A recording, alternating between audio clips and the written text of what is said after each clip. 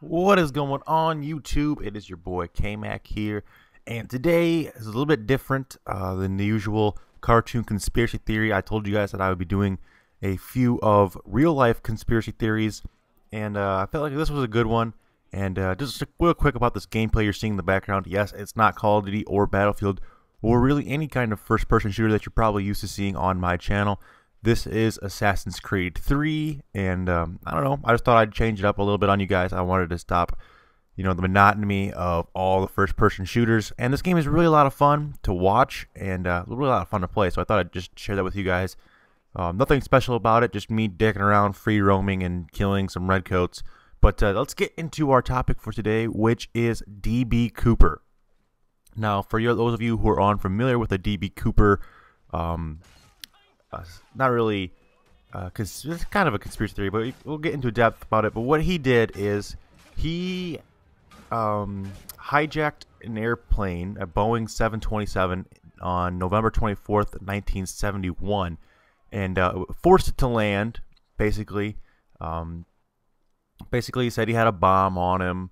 Basically, he said, if you don't land this plane and get me X amount of dollars, then I'll blow this whole thing sky high. And this had never been done before him. He was a trendsetter. This was like the first time this had ever been done. Like, of course, planes have been hijacked before, but they had never been like asking for ransoms or whatever. And what he did was actually really interesting. And he was never found. There's a whole lots of conspiracy theories about it. But basically, what it came down to was he handed one of the stewardesses a note, and on the note it said, all capital letters, it said, I have a bomb in my briefcase. I will use it if necessary. I want you to sit next to me. You are being hijacked. That's what the note said. And basically, like I said earlier, he got them to land. Now, this flight was on Thanksgiving, 1971. Like I said, he left from Portland, and I'm not really sure where the plane was going, but he ended them land in Seattle, I believe. So they had to land in Seattle and get his money and refuel and what have you. And basically, he, basically got back on the plane, and it says here at 5:24 p.m. They took back off. They got back into the air right around 5:30 at night, and it was pretty crazy. Apparently, throughout the entire time, he was super calm. Was wearing a black suit with a tie. Normal casual guy. He asked for a scotch on the rocks. That's pretty gangster. That's like Johnny Cash shit right there. Dressed in black, all calm, and pretty gangster of him right there. That's pretty awesome actually. But he said he wanted, was it 10,000 unmarked $20 bills? So I'm not really sure what that comes out to, but it comes out to actually 200,000. But back in 1971, keep in mind, that's a lot more money than it is nowadays. Like, that's, equivalent to, I don't know, roughly a couple $1 million in today's money compared to back then, because you could get a lot more for the dollar back then. So $200,000 back in the day was just an ass load of money. So it was no small ransom. It was a pretty hefty sum, and like I said, they gave it to him in duffel bags. But of course, all the serial numbers were recorded, so they actually know which all this money is, which none of it's ever been spent, or they did find some. I'll get to that in a little bit, but none of it's ever been spent, and it's still on the books even today. That if any of those serial numbers come up, that the person that spent them is immediately questioned and brought to the FBI's attention if any of those bills are ever spent. So that's a pretty cool thing too. So back to the story. They're back in the air, and he's drinking his scotch, and he's being relaxed, and he's just basically being nice to all the stewardesses, telling them that he's not gonna hurt anybody. He just needs his money. Basically, he's just gonna try and get away, but they all had no idea. What he did was really smart, and it really made you think that he really planned this out well. And he had to have had some kind of former training, or some kind of, basically training in piloting and air. I don't know how to pronounce that, but basically he knew what he was doing when it came to telling the pilots what to do and where to do it. So basically he had the pilots go down to, like, I think it was like 16,000 feet or maybe something 10,000 feet. Yeah, it says right here. You had the pilot go down to 120 miles per hour, which is the maximum anybody can jump from, basically, and go to 10,000 feet at altitude. He further specified that the landing gear remained deployed, and that the wing flaps be lowered to 15 degrees, and that the cabin remain unpressurized. Basically, he went through this whole protocol of how to live once jumping from this plane. So he knew exactly where to put all the flaps and what height he needed to jump from, and all that good stuff that just a normal person would not know. But he knew exactly what to do. He was doing it, it seemed like.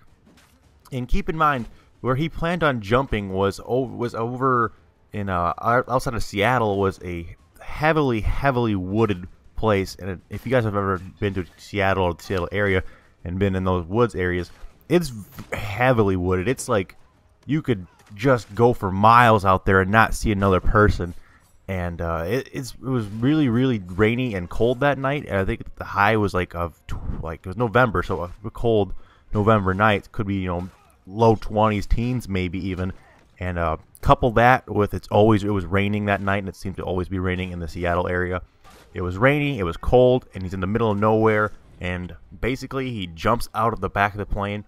Now, on this particular Boeing 727 back in the day, there was a staircase that comes out of the back of the airplane called the air stair. Basically, it's just like a little emergency exit.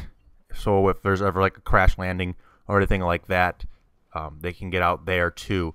But he actually had the pilot lower that, and then he put on a parachute and basically gave his best regards to everyone, grabbed the money in the duffel bags, and jumped. He just fucking went for it. That's so badass.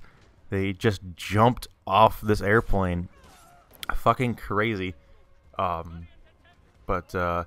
after he jumped, the plane was, safe. He was, no one got hurt.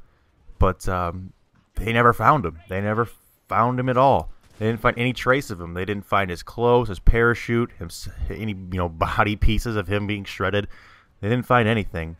Like I said, no one has ever found, or no one's ever spent any of the money, because they're, like I said, looking for the serial numbers. But there was a little bit later, I want to say sometime in the early 80s. Yes, it says here, in February 1980, a boy named Brian Ingram, while on vacation and hiking through the area, found a couple packets of the money. He found, it says here, 2 or 3 packets of $100 bills or $20 bills, and basically found them while he was hiking out in the middle of the woods. And that's basically all that's ever been found of D.B. Cooper. I mean, it's crazy to think that he could have got away with it. But it also says here that the initial search zone that the FBI went to search on could have been off by at least 9 to 10 miles, just because they got the reports wrong on the wind direction that night, and the way that where they were searching could have been off by a wide margin, just because of the wind, and that he could have drifted 9 to 10 miles in the other direction, and that could have led to them not finding him on that first night or the first couple of days. That could have been a factor in that. Now, there's other conspiracy theories saying that he timed the jump perfectly, and he had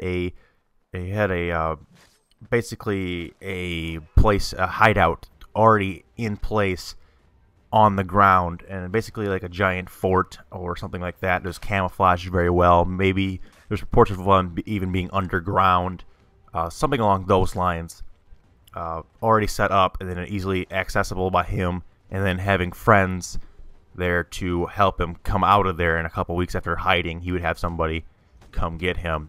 But none of that's ever been found, none of that's ever been confirmed.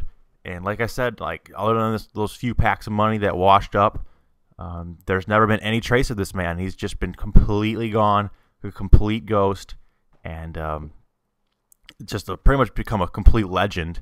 Now, there was, because of this, there was totally a new spring of these. There was like 4 or 5 different copycats within the next 4 or 5 years. It says here, Garrett Brock Tropno hijacked an airliner en route from Los Angeles to New York in January of '72.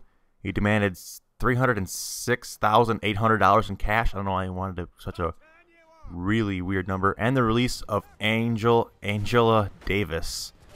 I don't know. He was shot and wounded by FBI agents and was arrested. So he didn't get away with it. I don't think anybody ever got away with it. There was one guy, says here, wow, this guy actually, Frederick Henneman, hijacked one in Pennsylvania and demanded $303,000 and eventually parachuted into Honduras, his country of birth. He actually got away with it. Wow. Well, at least for a month. He got away with it for a month until someone turned him in for a $25,000 bounty that was on his head. Wow, that guy's a badass. He did the whole D.B. Cooper thing, except lived and was on the run and was being an actual fugitive. Wow, that's awesome. So this is something that is possible. That shows that it is possible to jump from a passenger plane, with the money and survive. So whether or not D.B. Cooper's out there living large, I guess we'll pretty much never know. But this gameplay is wrapping up, guys. I hope you guys enjoyed this Dude Theory. That's not a cartoon. And if you guys could leave me any kind of feedback, it'd be great. Leave a like. It'd be very much appreciated. It helps my channel immensely, guys. You have no idea. Take those 3 seconds to click that like button. Helps me out greatly. And if you guys could go ahead and leave a comment telling me which conspiracy theory I should do next, real life or cartoons, doesn't matter. But go ahead and do that. And like I said, guys, subscribe if you're new around here, and game the fuck on. Until next time, peace out. Alright, like I said, if you guys are new around here, you guys can feel free to subscribe to get all of these latest conspiracy theories in your sub box weekly. I probably do 2 or 3 a week. Also, check over to my channel and check out this video on your screen. It's the brand new Endgame DLC from Battlefield 3, so go ahead and check that out. And game the fuck on. Until next time, guys, peace out.